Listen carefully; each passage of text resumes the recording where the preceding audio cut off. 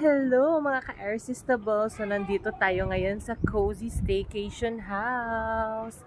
Ayan, so let's go inside guys. So tignan nyo, ang ganda dito guys. Tignan nyo.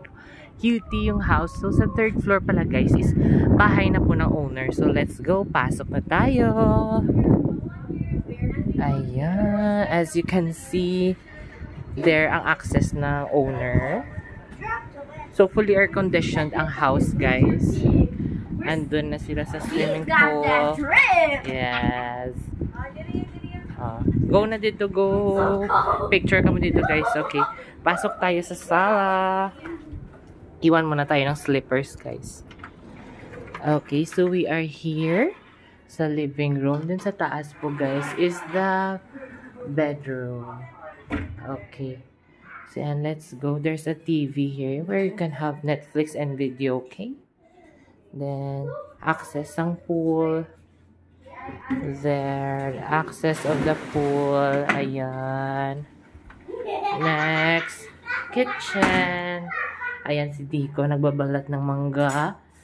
Then, this is the bathroom with the bathtub. Bah, social. Kaya kami bathtub. Yeah, I love it. It's so nice. Na, may giti galing mo. Ayan, then, there's a parang master's bedroom, guys. With an aircon din. Closet. Okay. So, ayan, guys, ang mga foodies. The foodies are here.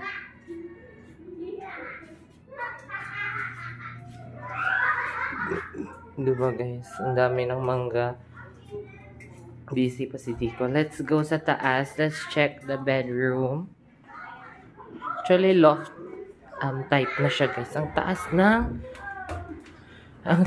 stairs. Diba? Ang ganda, guys. From the lights pa lang. Ang ganda. Ayan. So, here can be occupied with 8 persons. So, here, meron pang air condition. So, 3 yung air condition dito, guys, sa Cozy Staycation House. And the beds are very soft.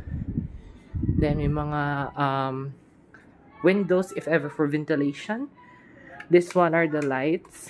Ayan, guys. So, super liwanag talaga dito. Sa taas. O, diba?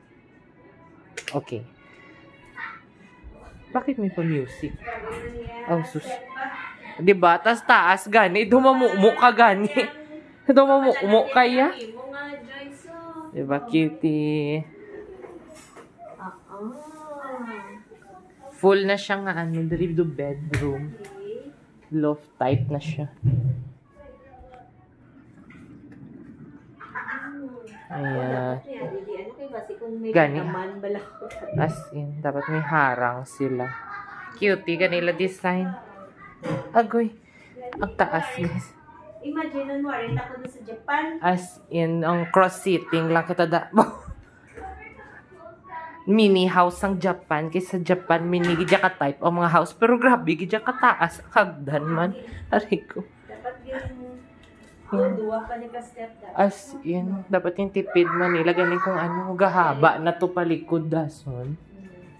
Ay, kimi purpose siya. Cabinet gali siya. Kaya pala ang laki ng mga lakang guys ng stairs. Cabinet pala siya. A double purpose. Steel. Duging paint. Duging paint siya. Okay, that's all guys.